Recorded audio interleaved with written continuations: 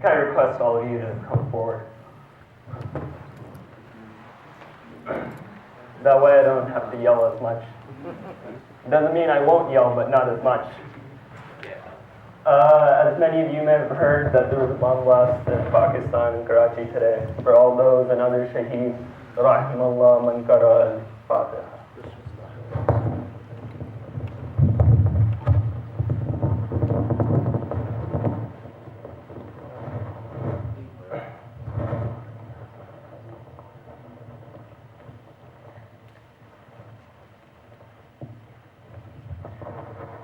أعوذ بالله من الشيطان الرجيم بسم الله الرحمن الرحيم الحمد لله رب العالمين والصلاة والسلام على أشرف الأنبياء والمرسلين خاتم النبيين سيدنا الممجد بشيرا المصدق المصطفى الأمجد محمود الأحمد أبي القاسم محمد اللهم صل على محمد وآل محمد وعلى آل بيت الطيبين الطاهرين المعصومين لا سيما بقية الله في الأرضين وحجته على الخلائق أجمعين أما بعد فقال إمام الحسين عليه السلام صلوات والسلام عليه اللهم صل على بسم الله الرحمن الرحيم قد بعثت عليكم أخي وابن عمي وفقتي من آل بيتي مسلم ابن عقيل صلوات على محمد وآل محمد. One more salawat in honor of the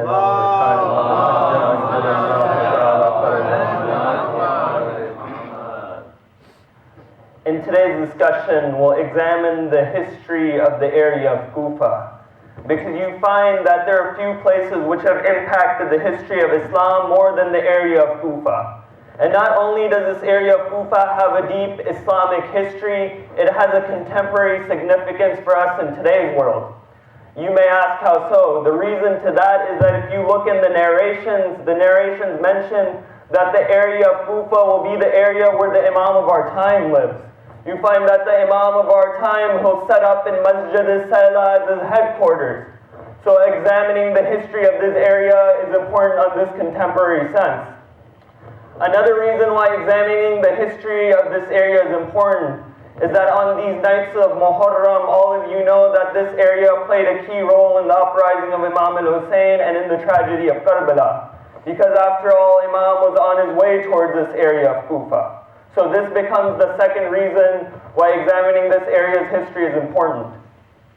The third reason why we should examine this area's history is that many people have unanswered questions about this area. For example, some people ask, why did Amir al-Mu'mineen move his government towards Kufa? Why not stay in Medina? Or if he had to leave, why not go towards Makkah where the Kaaba is? Or why not go towards Basra? People have this question. Another question they have is that if Imam Hussain knew that he'd be killed in Karbala, then why did he set out towards Kufa? Why did he go towards the Kufans? So you find these are all questions which people have historically about this area. So this becomes the third reason why we should examine this area. And the final reason to examine the history of this area is that you find history repeats itself. Anytime you have a historical discussion, you're not just memorizing facts and events, you're looking from the mistakes that those people in that time period made, and you use that and implement it into your life. You know, people say that you should learn from your own mistakes, but why learn from your mistakes when you can learn from the mistakes of others? Isn't that the smarter way to do it? As Amir, one salawat ala Muhammad wa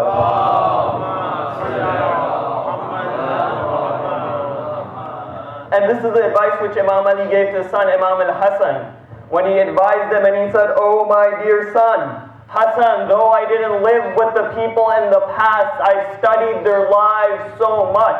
I pondered over their lives so much, it's as if I walked with them. It's as if I worked with them. I know the good from them and I know the bad that they did."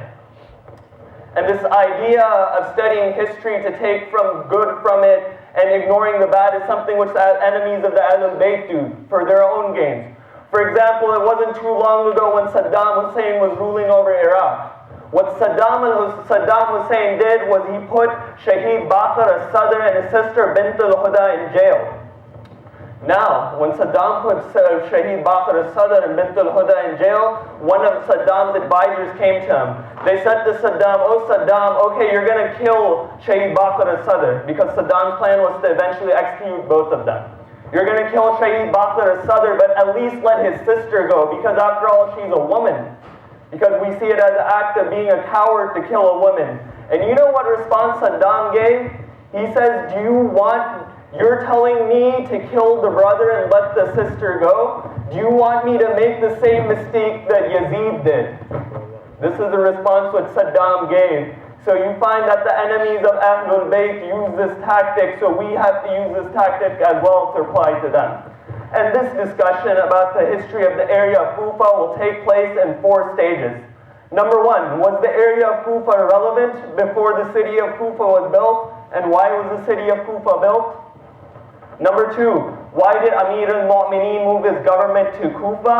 Number 3, why did Imam Hussain go towards Kufa despite knowing that he would never reach there? And number 4, what events took place in Kufa that led to the killing of Muslim ibn Aqil? And I know our time is short, so we'll try to go through each of these very briefly. If you recite 1 salawat ala Muhammad wa ali Muhammad. One more salawat.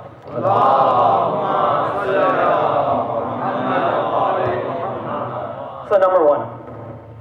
When you examine this area, you find that the historians refer to this area with 3 names. Number 1, they call it Kufa, obviously. Number 2, they call it Hira, or number 3, they refer to this land as Najaf, because Najaf is technically a part of Kufa. Even today, you'll see that Najaf, it's a suburb of Kufa. And those of you who have gone in ziyarat or had the chance to go, you know that the distance between Najaf and Kufa is what, around 30 minutes or so, if I'm not mistaken? So that's the distance between Najaf and Kufa. And you find that this land of Najaf has a history which dates back to the time of the prophets. And not only the time of the prophets, it was even connected to the first human being, Hazrat Adam. As Imam Jafar as-Sadiq used to say, as Imam as-Sadiq used to say that Allah chose this land of Najaf as the land of the prophets. So in one aspect, you find this land had a connection with the prophets. The prophets such as the Prophet Adam and Nuh, even today, you'll find that their graves are next to the grave of Amir al-Mu'mineen in that holy shrine. Other prophets that had a connection with this land, that in that area you'll find that the tombs of the Prophet Hud and the Prophet Saleh are there. These are some prophets who had a connection. Another prophet who had a connection with this land was the Prophet Ibrahim and his son Ishaq. It's narrated that the Prophet Ibrahim and his son Ishaq, they were going past this area. And you know, in that time period, this area of Najaf and Kufa, it used to have a lot of earthquakes. So when the Prophet Ibrahim and Ishaq went there, those earthquakes, they just stopped. When they left again, the earthquakes started up again. So the people of Kufa saw these 2 prophets as a blessing in that area, and they invited them to live in that area. So you find that all these prophets, they had a connection to this land.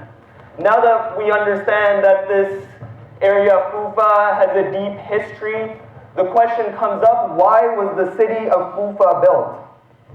You find that the city of Kufa was built as a military stop. And who built it? It was built under the Khilafat of Umar. Now when Umar bin Khattab was Khalifa, his goals were a little bit different. Rasulullah sought to expand Islam. Umar was seeking to bring in power to the Muslim empire. So what he did was he sanctioned the conquest of 3 places. He sanctioned the conquest of Palestine, of Syria, and of Persia. And the governor and the head of the Muslim army in Iraq was a man by the name of Sa'd bin Abi Waqqas. He said, "So Sa'd bin Abi Waqqas, since you're right by Persia, lead the conquest of Persia." So Sa'd bin Abi Waqqas, he goes and he's going past the land, and he thinks to himself that this is a good land for a military settlement. So you find that the city of Kufa was built as a military establishment, as a military stop in that time period. One salawat ala Muhammad wa ala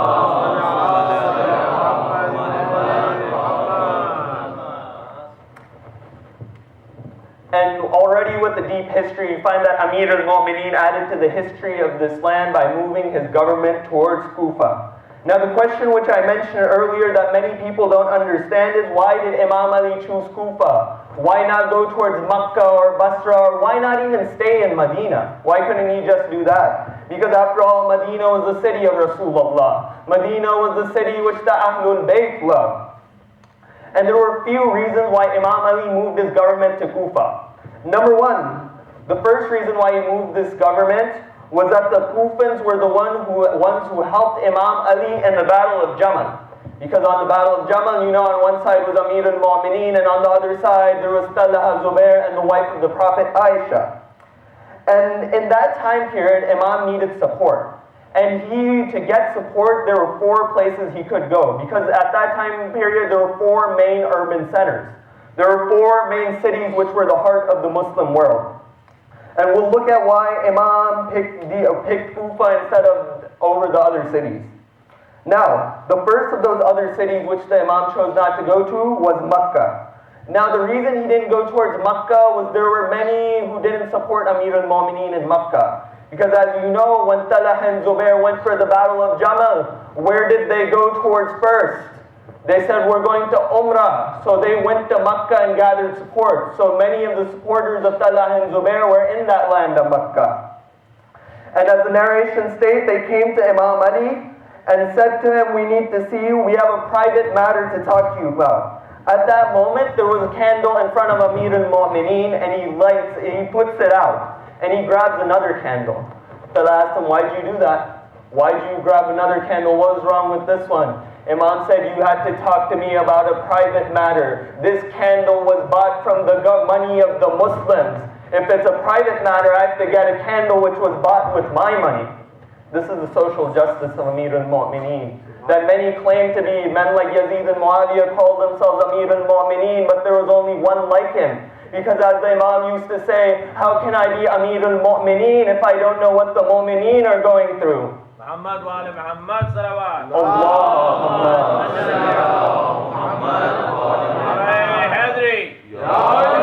And it's truly fascinating the way he ran his government. You know, they say that Imam Ali was once giving a khutbah, and he was sitting there, he was drying his clothes like this. So there was a boy and his father walking past. They said to him, or the boy says to the father, why is that man waving his clothes like that? Who is he? The father replies, that's Ali ibn Abi Talib. And the reason why he's waving his clothes is because he only has 2 pairs of clothes. If one of them gets wet, one of them gets dirty, he has to wash it and wear the other one. But if both of them get dirty, he has to wash them both, and he has to dry it in front of thousands of people when he's giving his khutbah. Could you imagine you're standing in front of thousands of people and you're just trying to speak and you're drying your clothes? But this was Amir al-Mu'mineen. So you find that Imam said to Talha, I replaced the candle because it was bought with the money of the Muslims, and I have to get a candle bought from my money. So after that, Talha and Zubair say to him, Salawat ala Muhammad wa ala Muhammad. One more salawat ala Muhammad. So then Talha says, I fought for this religion. And Zubair says, I fought for this religion and I've been with Rasulullah since the beginning. Why is my Baytul Mal shared the same as every other Muslim? To which Amir al-Mu'mineen replies, if it's about who was with Rasulullah first, there was no one before me who was with Rasulullah. And if it's about who defended the religion of Islam, I'm the one who every battle testifies towards. This is the reply Imam gave. Then Talha and Zubair say, okay, you're not going to give us more money, at least make us the governors of Kufa and Basra. Imam says, Kufa and Basra, I can't trust you here in Medina. You think I'm going to make you Kufa and Basra? So after this, Talha and Zubair, they're going towards Umrah. Imam knew they were lying, and they gathered support from Makkah. So this was the first of the 4 cities and why Imam couldn't get support from there. The second city that Imam could have turned to was Medina. Medina, as you know, was in political disarray after the death of the Khalifa Uthman. After his death, as you know, the people turned to Imam Ali to support him. But what happened was when time for war came, those who supported or those who turned towards Imam Ali, none of them were there. Imam called upon them, none of them replied. They could talk the talk, but when time came to walk it, they couldn't do it. They left Imam alone. So this was the second city. The third of the main cities that Imam could have turned to was Damascus, Sham. And obviously Imam couldn't get support from Sham because that's where Muawiyah was and where Muawiyah had control. So that left Kufa as the fourth of the main cities in that time period from which Imam got support. The second reason why Imam moved his capital from Medina to Kufa was to protect the sacred land of Medina. Because as you know, Medina is the land of Rasulullah, it's where Rasulullah is buried. Imam wanted to maintain a peaceful environment in that land of Medina. He wanted to maintain its sanctity. So that's the second reason why he moved. And the third reason why Imam moved his government to Kufa was that he needed to keep an eye on Muawiyah. Because you know, Muawiyah was in Sham at that time. And Sham at that time, Bilad al-Sham, it's not just Syria like today. Bilad al-Sham, it was Syria, Jordan, Lebanon, and Palestine. It was 4 countries. So Imam had to keep an eye on him. And Muawiyah was under control of all of that area. So now that we've examined these historical questions about Kufa, another important question about the history of this area comes forth is that why did Imam al-Hussain go towards Kufa? Why did he go towards this region? And since time is short and I want to focus on the events that led to the killing of Muslim bin Aqil, I'll just mention 2 quick things about this. Number 1, the city of Kufa had a revolutionary nature about it. The people of Kufa had what it took to support a revolution. Because when you look at the revolutions which took place after Karbala, namely the revolution of Muqtad who avenged Karbala, where did it originate from? It originated from Kufa. The revolution of the Tawwabun. Who are the Tawwabun? The Tawwabun are called the repentance. The reason they're called the repentance is that they couldn't be in Karbala, so they felt bad and repented. And they fought Ibn Ziyad, and Ibn Ziyad killed all of them. But you find that nonetheless it was a revolution. And where did this revolution originate from? It originated from Kufa. So you see that this area of Kufa, it had a revolutionary nature about it.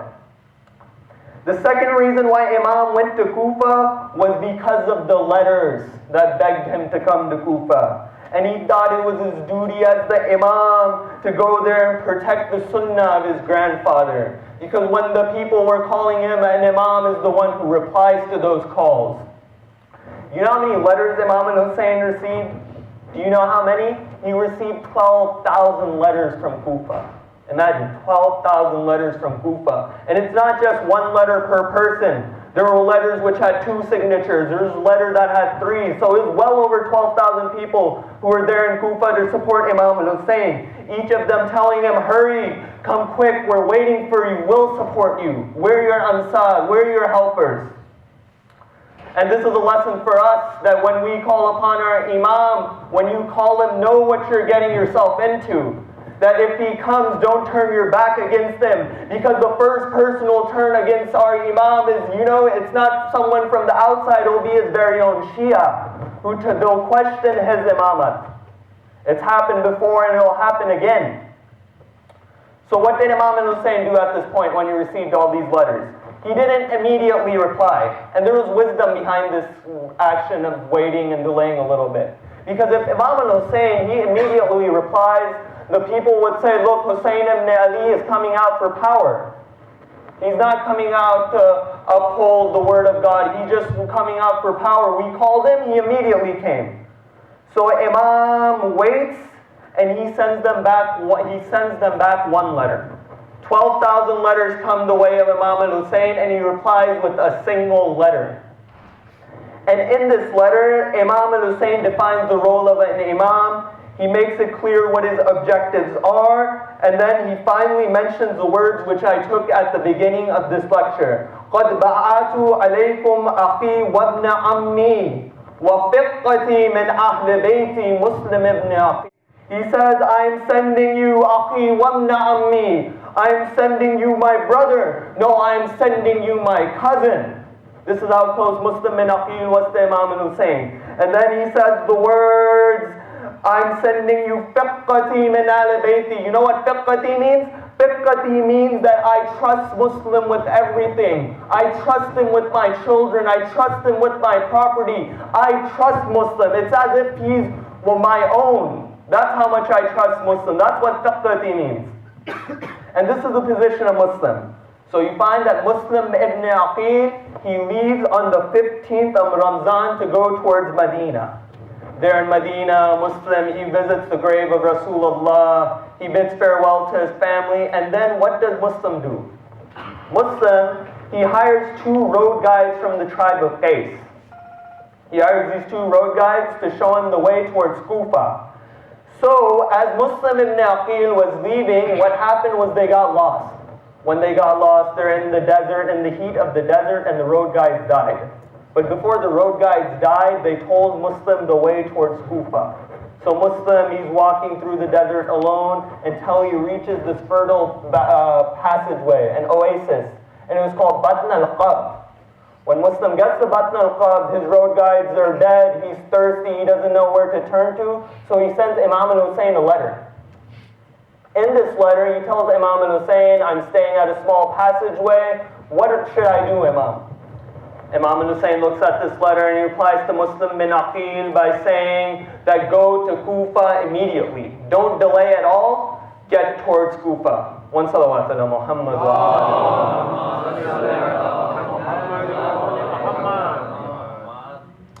So Muslim bin Aqil, he obeys the instruction of Imam, and approximately 20 days after leaving Medina, he arrives in Kufa on the 5th of Shawwal.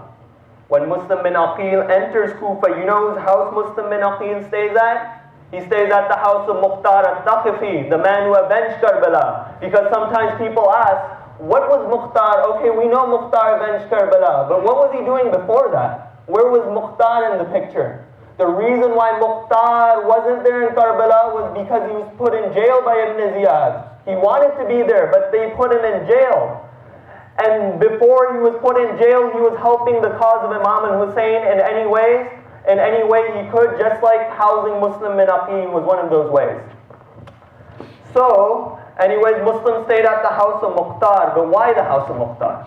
Because there's companions like Habib ibn Mazahir in that city. There's men like Hani bin Urwa who he later goes to, but he could have gone there directly. Why the house of Mukhtar?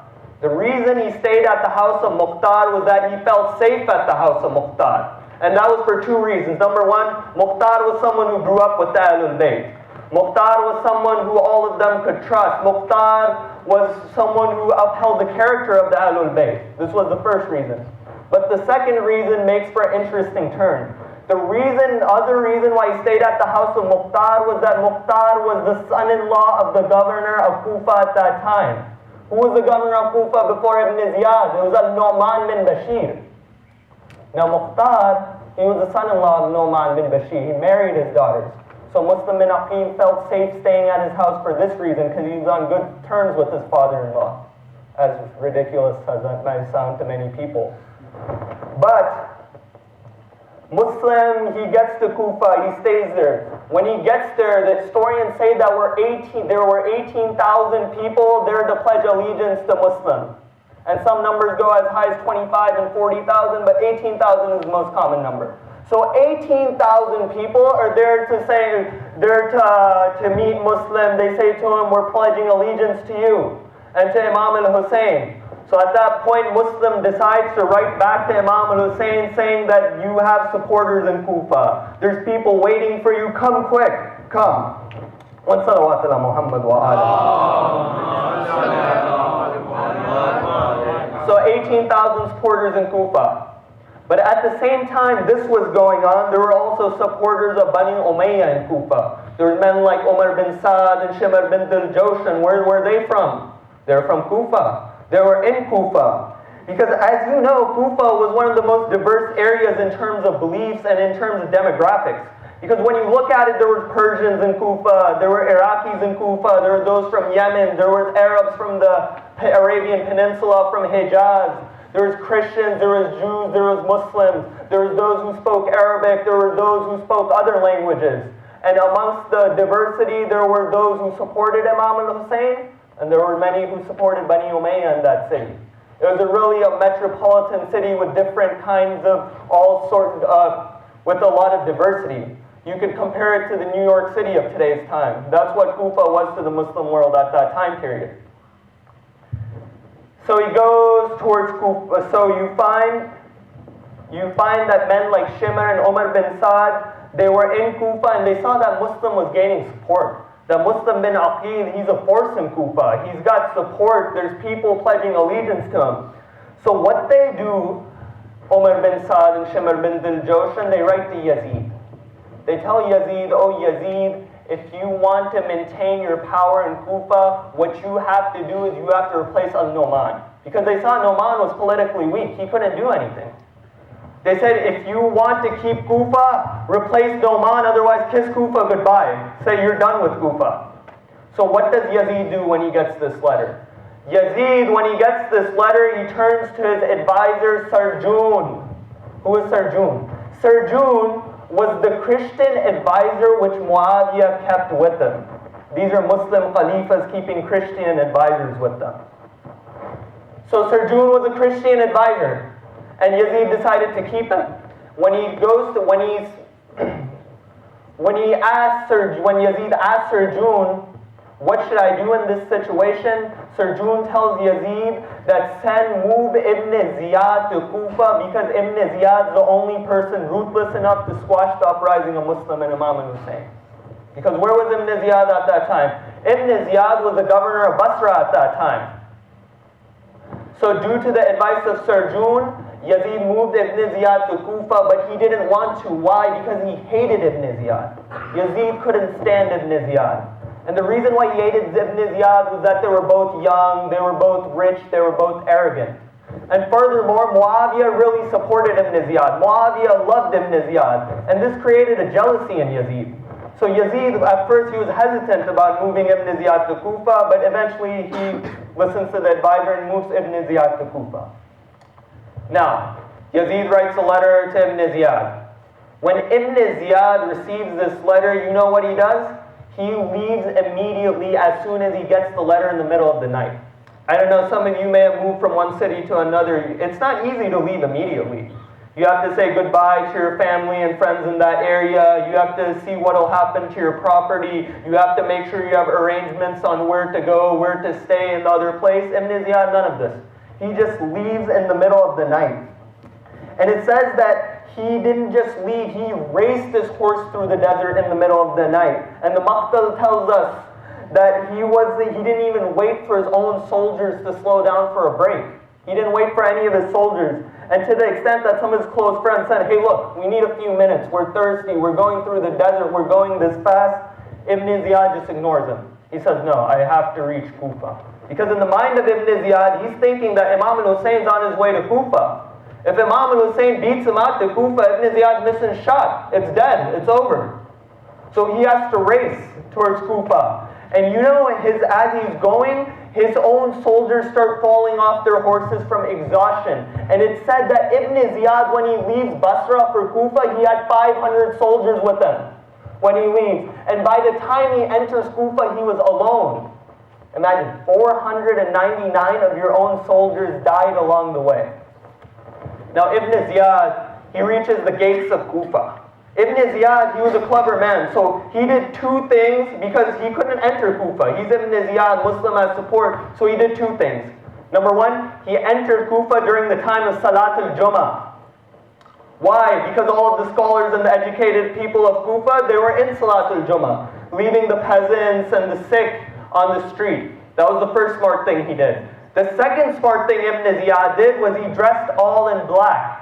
And he changed his imamah, his turban, he changed it, he wore it in the manner that the famous men of Quraysh used to wear it.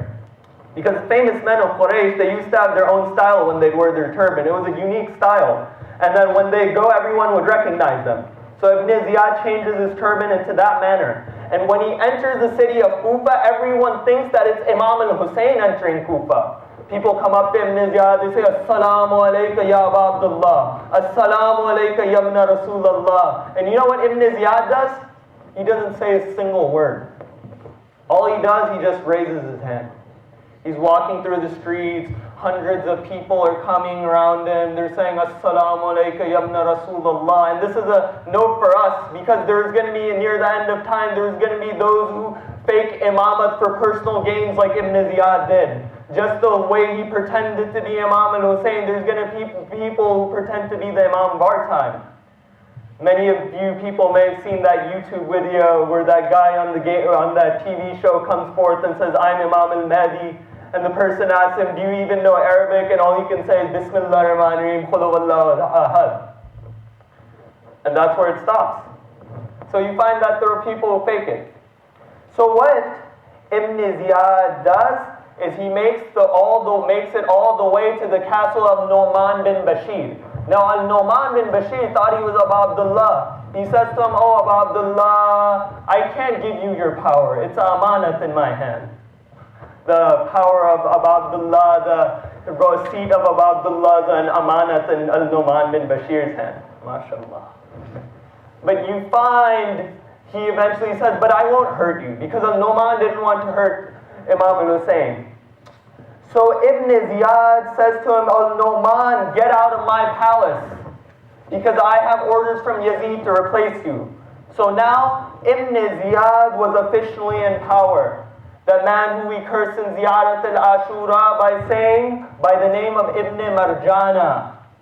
Ibn Marjana is Ibn Ziyad.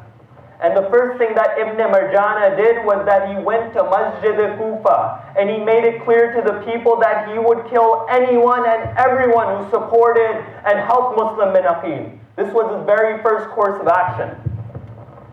So when Muslim hears about this, what does he do? Now at that time, he's been in Kufa for a few days. Everyone knows that he's at the house of Muqtad. So he decides to switch houses. Whose house does he go to? He goes towards the house of Al-Hani bin Urwa. And he stays at the house of Al-Hani bin Urwa because he'd be putting Muqtar in danger and he'd be putting himself in danger. So realizing this, and another reason why he moved to the house of Hani bin Urwa was that Hani bin Urwa is the head of the tribe of Bani Madhaj. Bani Madhaj was the biggest tribe in Kufa. That if anything ever happened to Muslim bin Aqil, Bani Madhaj and their 12,000 men, they would always help Muslim bin Aqil if he stayed at the house of Hani bin Urwa. And Muslim bin Aqil saw that. He had foresight. So at this point, you find that Muslim still was a force to be reckoned with in Kufa because of that support. So Ibn Ziyad saw this and he thought to himself, what can I do to overcome Muslim bin Aqil? So what he decided to do was hire a slave of this. This slave was named Aqil. You know what Aqil did? Ibn Ziyad told Aqil, oh Aqil, what I want you to do is find Muslim bin Aqil and pretend to be his Shia. So, oh Aqil, when you find Muslim bin Aqil, give him this sack of money and pledge support to him and follow him wherever he goes. And eventually I'll catch him. So Muslim bin Aqil, he goes to Masjid Kufa, or Aqil. So Aqil sets out and he goes to Masjid Kufa.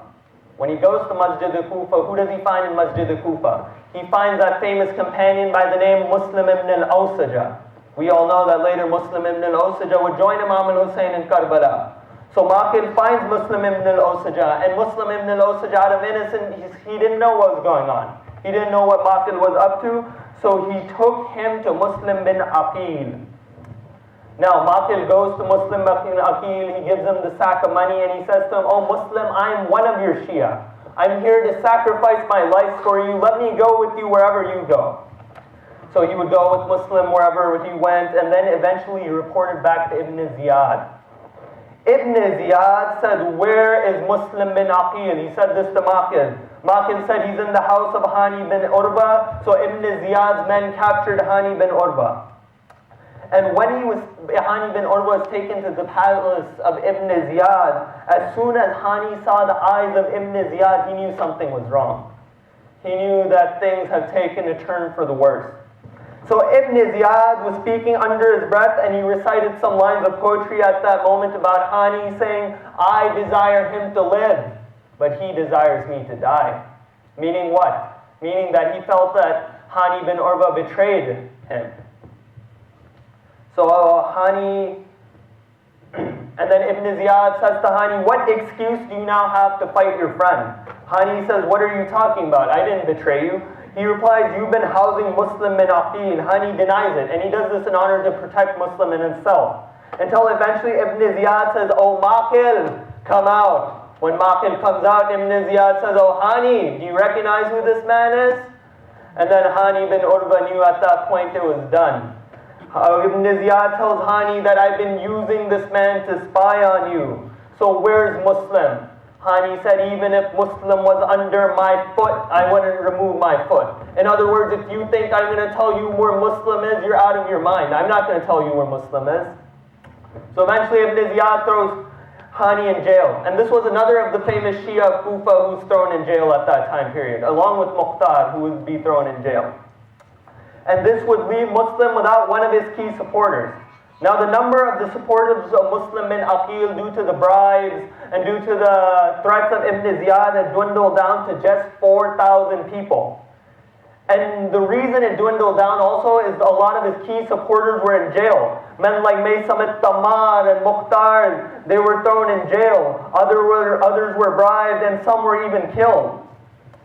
And the other tactic that Ibn Ziyad used to get rid of the support of Muslim is that he lied to them. What lie did Ibn Ziyad say? Ibn Ziyad told them that there was an army of 90,000 coming from Syria. That Yazid, he sent an army of 90,000 coming from Syria. And if he finds any of you supporting Muslim, he'll kill you. Now this was a lie. The same way which Abu Sufyan lied to start the Battle of Badr. Because as you know, the Battle of Badr started off a lie in which Abu Sufyan said, Muhammad has looted our caravans. So he sent what Abu Sufyan did. He had a slave of his. He told his slave, rip your shirt, put some blood on it, cut the ears of your camel, and go to Makkah and tell him your caravan's been looted. So the same way, Ibn Ziyad lied to squash that uprising. So Muslim who had 18,000, and I'm getting near the end. I know it's too much history, it gets lengthy at times, but I'm getting near the end. Muslim who had 18,000 people pledging allegiance to him saw that number drop to 4,000. Then it kept dropping and dropping until eventually Muslim entered Masjid Kufa to lead Salat. Muslim, he goes to Masjid Kufa and he finishes Salat al-Maghrib. Muslim finishes Salat al-Isha and he looks back, there's no more than 30 people behind him. And when he comes out of the mosque, there's 3 people behind him. Then he's walking through the streets, there's 1 person behind him. And he turns into an alley and he finds that he's all alone. Muslim bin Aqil, the man who was sent by Abu Abdullah, Aqil wa ibn Ammi. The Muslim bin Aqil, whose uncle was thus walking through the city only about 20 years ago, whose uncle was walking as the Khalifa. This Muslim had become a stranger in his own uncle's city. Brothers, I don't know if you've ever felt how it's like to be alone in a place where you don't know where to go, a place where you're lost, a place where you're a stranger. But this is what happened to Muslim bin Aqil. He didn't know where to go.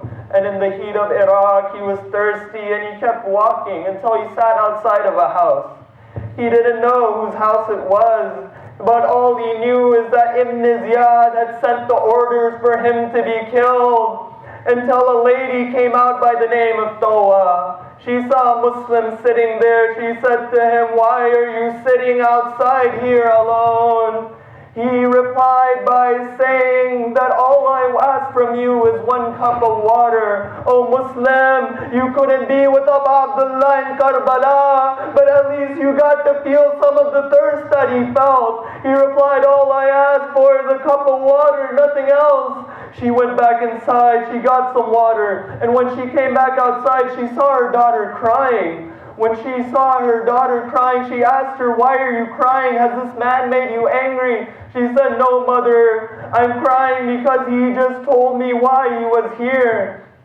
He said that I'm a stranger alone in this town with no one to protect me.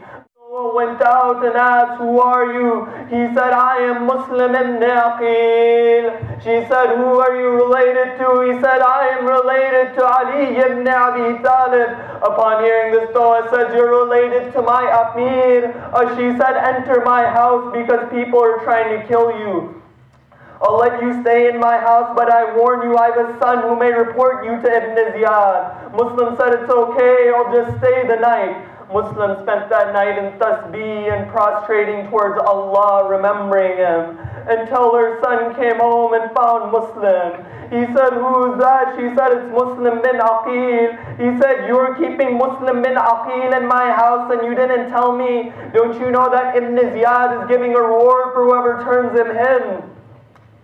He tells them, and in the morning Ibn Ziyad sends Muslim ibn al-Asad with 70 horsemen as the head of that clan. Muslim knew, Ibn Aqil knew his time had come, that it was the end. He put on his armor and he picked up a sword. But as he was picking up this sword, there was only one person who Muslim was thinking about. And that was Abu Abdullah. Because Muslim had told Abu Abdullah, come.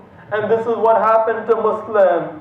The Muslim started fighting the men of Ibn Ziyad. He reminded everyone that he was the nephew of Haydar al-Qarrar. He reminded everyone that he was the nephew of Ja'far al-Tayyar. To the extent that Muhammad bin Asad, the head of the horsemen, had to go and get reinforcements. Ibn Ziyad said, why do you need more people? I've given you enough soldiers. To which the answer was, we're not fighting one of the peasants of Kufa. We're fighting the nephew of Ali ibn Abi Talib. They sent more soldiers to fight Muslim bin Aqil.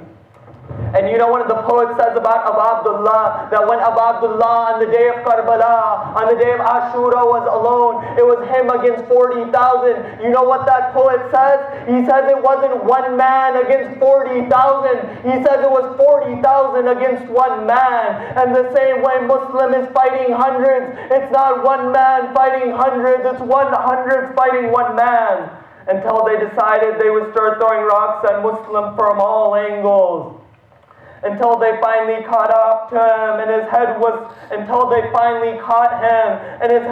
cut from the top of the palace of Ibn Ziyad, and his body was hung on the gates of Kufa. At least the body of Imam Hussain was buried after 3 days, but the body of Muslim laid out on that gate. He was the messenger Imam, he was the messenger of the Imam that Imam had sent towards Kufa. मगर तारीख में लिखे इमाम ने इस कूफे की तरफ एक और भी मैसेंजर भेजा था, जो इमाम का खत हबीब इब्न मुजाहिर के लिए लेके आया। जब हबीब को ये खत मिला, हबीब ने अपने आंखों से लगाया, इसको चूमा, सीने पे मला, खोलकर पढ़ना शुरू किया। मिनल हुसैन अल गरीब इलर रजुल अल फकीर। ए मेरे अजीजों, मसाइब के तौर पे ये जुमला काफी है। मिनल हुसैन अल गरीब, इमाम अल हुसैन की गुर्बत देखे कि नहीं बोल रहे कि मैं मिनल हुसैन इब्न अली, ये नहीं कहते मैं हुसैन अली का बेटा हूँ, मैं फातिमा का बेटा हूँ, मैं रसूल का नवासा हूँ। ये कहते मैं हुसैन अल गरीब हूँ। कहता है मिनल हुसैन अल गरीब इलल रजुल अल फकीर। ये पढ़कर हबीब के दिल पर क्या गुजरा होगा। या हबीब ने कहा, या अल्लाह, अहले बैत पे ये वक्त आ गया, मेरा मौला इतना गरीब हो गया। ये सुनकर हबीब की ज़ौजा ने पूछा क्या हुआ। कहा मौला हुसैन दुश्मनों में गिर गए हैं, लिखा है जल्द से जल्द आ जाओ। ज़ौजा ने पूछा क्या इरादा है हबीब।